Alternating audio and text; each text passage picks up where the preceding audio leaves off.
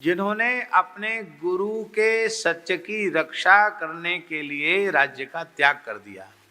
यहां झाजी गुरुवर्थे त्यक्त राज्य की जगह पितरर्थे त्यक्त राज्य हो सकता था कि नहीं?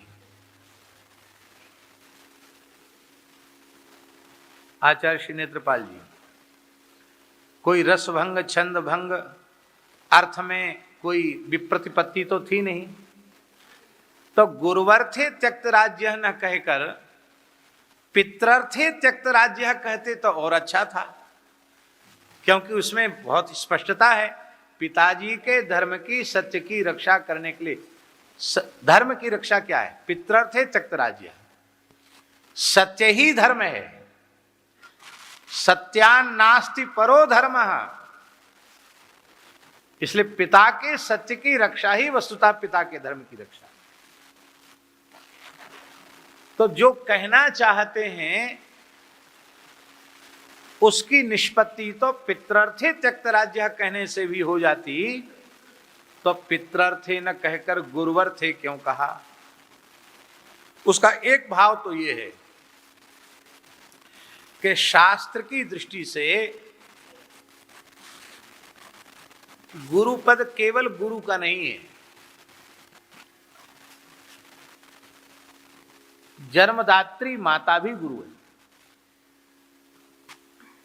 स्कंद पुराण में भगवान व्यास की एक पंक्ति है, आचार्य जी वे तो कह रहे हैं कि संसार में जितने गुरु हैं, गुरुणाम अपि सर्वेशाम, जितने गुरु हैं उन समस्त गुरुओं में भगवान व्यास का वचन है इंद्रेश जी, नहीं मातृ समो गुरु, माता के जैसा कोई गुरु नहीं।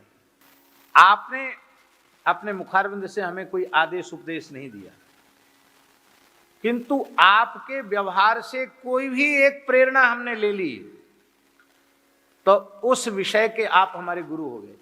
यदि हम कृतज्ञता पूर्वक मानते हैं कि ये बात हमने बाबा से सीखी है और गुरुवत आपका आदर करते हैं, तो हम कृतज्ञ माने जाएंगे। और हमने आपसे सीख लिया और हम उसको मानते नहीं, तो हमने अपने आप हमारे भीतर आ गया, भीतरी से ज्ञान प्रकट हो गया। हमने किसी से सीखा विखा नहीं, हमने पढ़ा नहीं, हमको क्या पूछने की जरूरत बाबा से। यदि ये बात हमारे मन में आई तो वो कृतज्ञता हुई कि प्रथम प्रणाम विघ्न विघात के लिए, मंगल के लिए है गुरु को, और अंतिम प्रणाम किस लिए है? माने प्रथम प्रणाम मंगलाचरण के लिए है और द्वितीय प्रणाम को क्या कहा? और तृतीय प्रणाम के लिए उन्होंने कहा कृतज्ञता की निवृत्ति। तृतीय प्रणाम को कहा कृतज्ञता की निवृत्ति। हमको जो कुछ भी संसार में सीखने को मिला है वो किसी न किसी के द्वारा सीखने को मिला है। हमारे महाराज जी सुनाते थे कि एक बेरोजगार व्यक्ति थे, मन में आया कि हमको कहीं कोई काम धंधा तो सफल होता नहीं, डूब मरे तो अच्छा है। तो एक गंभीर जलाशय था, उसमें डूब कर मरने की तैयारी की उन्होंने, और वो वहां महानुभाव बैठ गए। पर मरता आदमी इतने जल्दी नहीं है, सोचता है पहले कि भाई मरेंगे, क्या होगा, डूबेंगे, गुप गुप करेंगे, कहीं किसी ने निकाल लिया, तमाम तरह की बातें सोचता है। तो उधेड़ बिन में था कि डूबूं कि न डूबूं, मरूं कि न मरूं। तब तक उसको एक दृश्य दिखाई पड़ा। एक जल पक्षी देखा होगा, प्रायः नदी सरोवर के किनारे रहता है, वो नीलकंठ के जैसा होता है पक्षी। वो पक्षी ऐसे मंडराता है जल के ऊपर और मछली को पानी में डूब करके पकड़ता है। अब पकड़कर महाराज जी मछली को ऊपर उछालता है, चोंच में लेकर बाहर आता है, फिर उसको ऊपर उछालता है और उछालकर फिर अपनी चोंच से मछली पकड़ता है। ये उसका स्वभाव है, हमने अपनी आंखों से देखा है। बुंदेलखंड में तो उस पक्षी को किलकिला कहते लोग, अब इधर की भाषा में और कहीं क्या कहते हैं भगवान जाने।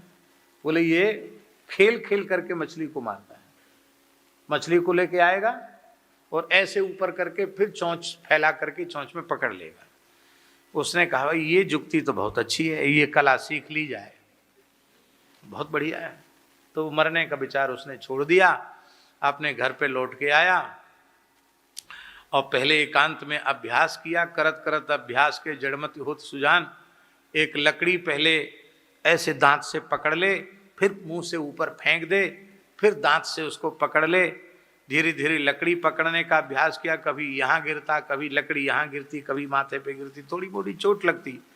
धीरे धीरे अभ्यास करते करते अंत में उसने लकड़ी का एक चाकू बनवाया, उसको बहुत ऊपर तक फेंक देता और फिर दांत से उसको पकड़ लेता। जब बढ़िया अभ्यास हो गया तो सुंदर फौलादी तेज धार वाला चाकू बनवाया और चाकू को घुमाकर आकाश में फेंक देता और फिर ठीक दांत से पकड़ लेता है। अब कितनी खतरे की बात है, नेक निशाना चूक जाए, यदि यहां चाकू गिर जाए तो यहां का पर्दा साफ, उत्तरोष्ठ जैसी आराम हो जाएगा, ये पूरे दांत दिखने, मसूड़े दिखने लग जाएंगे। और यहां गिरे तो इधर का साफ, और कहीं यहां गिरे तो नाक ही कट जाएगी, और कहीं गर्दन पे गिरा तो बड़ा खतरनाक काम है। पर उसने उसमें योग्यता प्राप्त कर ली और अब तो ढोल बजाकर मजमा इकट्ठा कर लेता, तमाम भीड़ इकट्ठी हो जाती और फिर वो अपनी कला दिखा करके दांत से चाकू को पकड़ करके और सबको आश्चर्यचकित कर देता। लोग उसको बहुत धन देते थे, बहुत प्रसिद्धि उसकी हो गई इस कला में। एक बार वह व्यक्ति अपनी कला दिखा रहा था और एक वयोवृद्ध ने कहा, धन्य है तुम्हारे उस गुरु को जिसने तुम्हें ये कला सिखाई, धन्य है तुम्हारे गुरु को जिसने तुमको ये कला सिखाई। उसने करे हम किसी के चेला वेला नहीं है, हम तो स्वयंभू गुरु हैं, हम तो गुरु ही पैदा हुए, हम चेला हुए ही नहीं किसी के, हमने किसी से कुछ नहीं सीखा। आजकल भी लोग बड़े चतुर हैं, नाम अपना सदगुरु रख लेंगे, सदगुरु नाम रख लेंगे, जिसमें चेला बने चाहे कोई न बने उनका नाम लेगा तो सदगुरु कहने से वो सदगुरु तो हो ही गए। कोई अपना नाम दादा गुरु रख लेंगे, वो और चतुराई में निकले आगे कि गुरु हो, परम गुरु, दादा गुरु। तो ऐसे लोग अपना नाम धर लेते हैं, कोई सदगुरु नाम रख लेता है, कोई दादा गुरु नाम रख लेता है।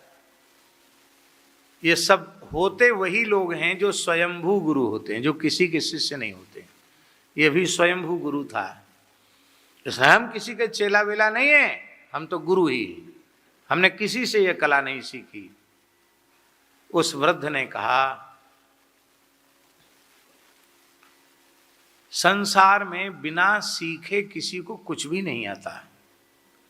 तुम संसार से अतिरिक्त नहीं हो, अनतिरिक्त नहीं हो, तुम संसार से पृथक नहीं हो, तुम संसार में ही हो।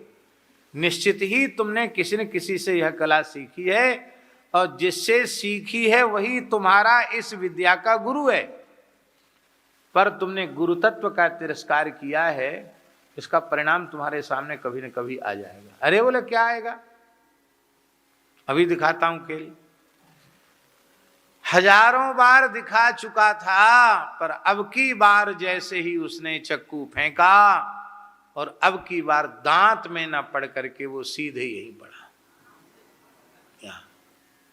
यहां से लेके पूरा यहां तक का साफ कर दिया। तब पोल खुल गई।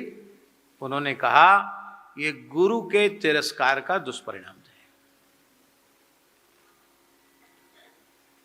तो पहले शुकदेव जी ये कहना चाहते हैं कि भगवान श्री राम मूर्तिमंत धर्म है, रामो विग्रहवान धर्म, इसलिए राम जी की प्रत्येक क्रिया धर्म की साक्षात अभिव्यक्ति है और धर्म की अभिव्यक्ति बिना गुरु कृपा के संभव नहीं।